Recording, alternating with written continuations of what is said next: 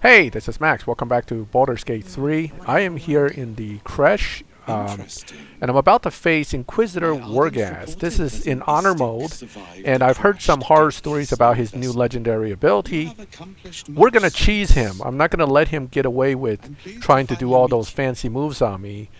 My plan is to immobilize him as quickly as possible and kill him. The other thing is, I don't want to go in the astral prism first, because when you come out, he kind of jumps you. By being extremely obnoxious in my conversation with him and denying him the artifact, I can trigger combat out here. Give it to me. Don't do it. The weapon is how I protect you. So, I'm a warlock, so I get to use these obnoxious warlock demands, which Astarion incidentally really likes. The weapon. Now.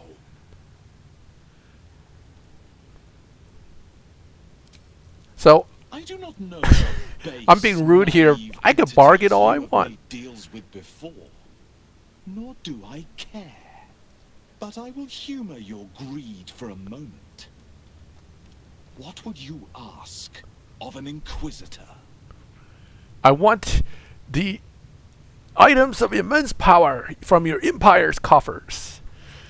You would lay claim to our hard-won treasures. Astarion approves. Request, then give me the weapon.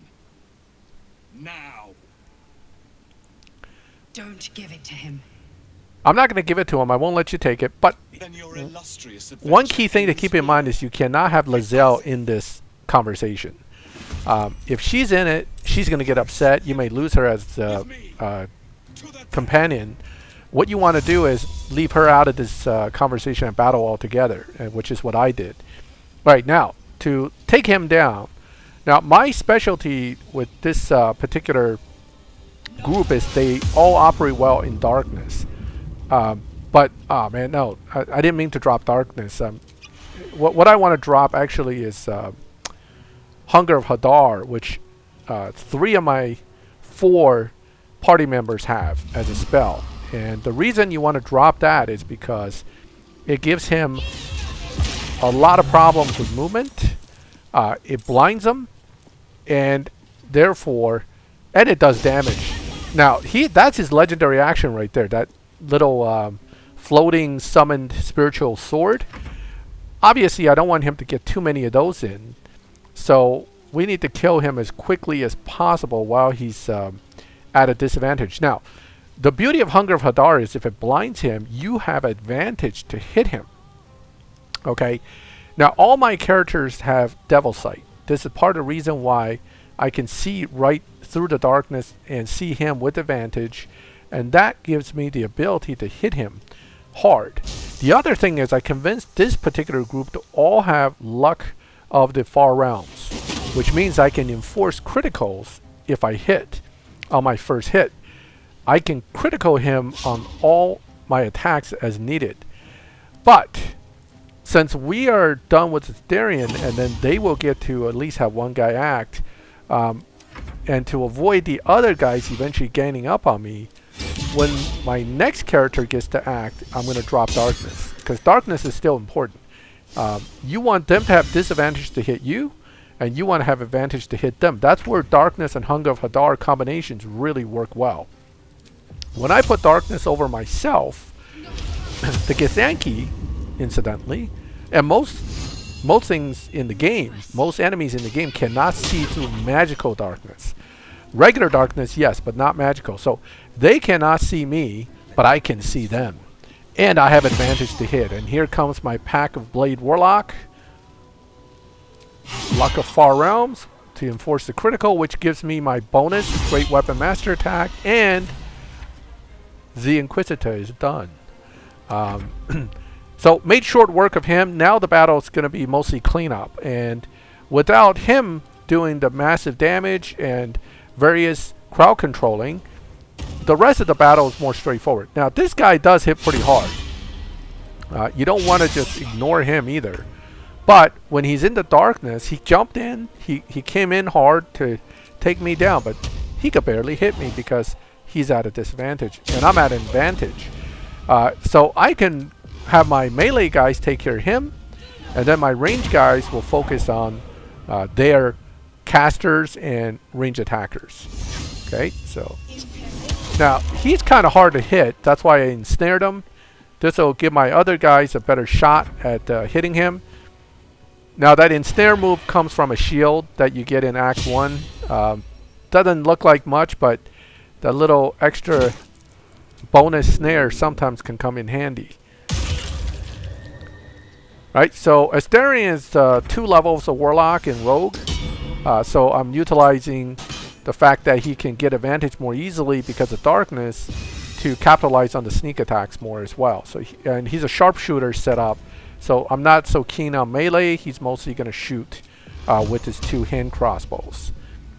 She's a pact of the Blade Warlock and Sorcerer. So it's a combination Sorlock, which is a strong class in this, a strong multi-class in this game. Will is a Bardlock, also a strong multi-class in the game. But because I'm only level, I think 7 or 8 right now, I can't really multi-class too heavily outside of Warlock yet, because I needed to hit level 5 Warlock to at least get Hunger of Hadar. So I think she's like 2 levels of Sorcerer. He's 1 level of Bard or something like that. And my main is 1 level of Sorcerer and all Warlock as well. So Warlocks, not everybody likes them, but you know they're a powerful class in this game if you leverage their special abilities and mix them up a little bit with the gear. They can pack to the blade, can hit up close, pack it to the tomb, gets some pretty good spells. And some people even like the pack of the chain because of the ads that you can summon in to distract opponents. But yeah, so this battle is basically over. Even as I'm just kind of talking away here. Let's finish him up. And that's it. Now, as I was saying earlier, killing him first doesn't affect your encounter with her, okay, the Lich Queen. But not having Lae'zel here is important because if she was here, she would have been upset that you fought with the Inquisitor in the first place. But you probably could still salvage it with conversation with Valakith. Your patron recoils, but not before leaving a word of advice. Caution. Yeah, so your patron, which is, I have the Great Old One, basically tells you caution because you can end your game here by answering her questions wrong, right? So, Am I? I am Vlaakith, undying queen of the noble Githyanki, god regent of the 6 arms of Tunarath. And you bear that which is ours. But are you friend, or are you thief? now, I'm not really a friend, nor am I really a thief, so I go usually with the first answer. I didn't steal it, it came to me, right? So, it's kind of a neutral answer. At least you brought it back. It is a start. We will test you to assess whether you deserve reward or punishment. The astral prism. It is corrupted. There is someone inside. Their mind is warped, broken, of blood. So a little bit of a spoiler here. You cannot deny her demand to go in. If you do, you may not be able to move forward in the game. So this is one of those things where the game is a little heavy-handed in forcing your decision, or it can kind of end the game for you. So I just roll with it, okay? For honor mode, obviously, I want to move forward. So I'm just going to roll with it and do what I'm supposed to do. Now, I'm not going to have you guys watch through all the rest of that. The whole purpose of this video was to show you the fight with Wargaz, who went down very quick. So I hope you enjoy that.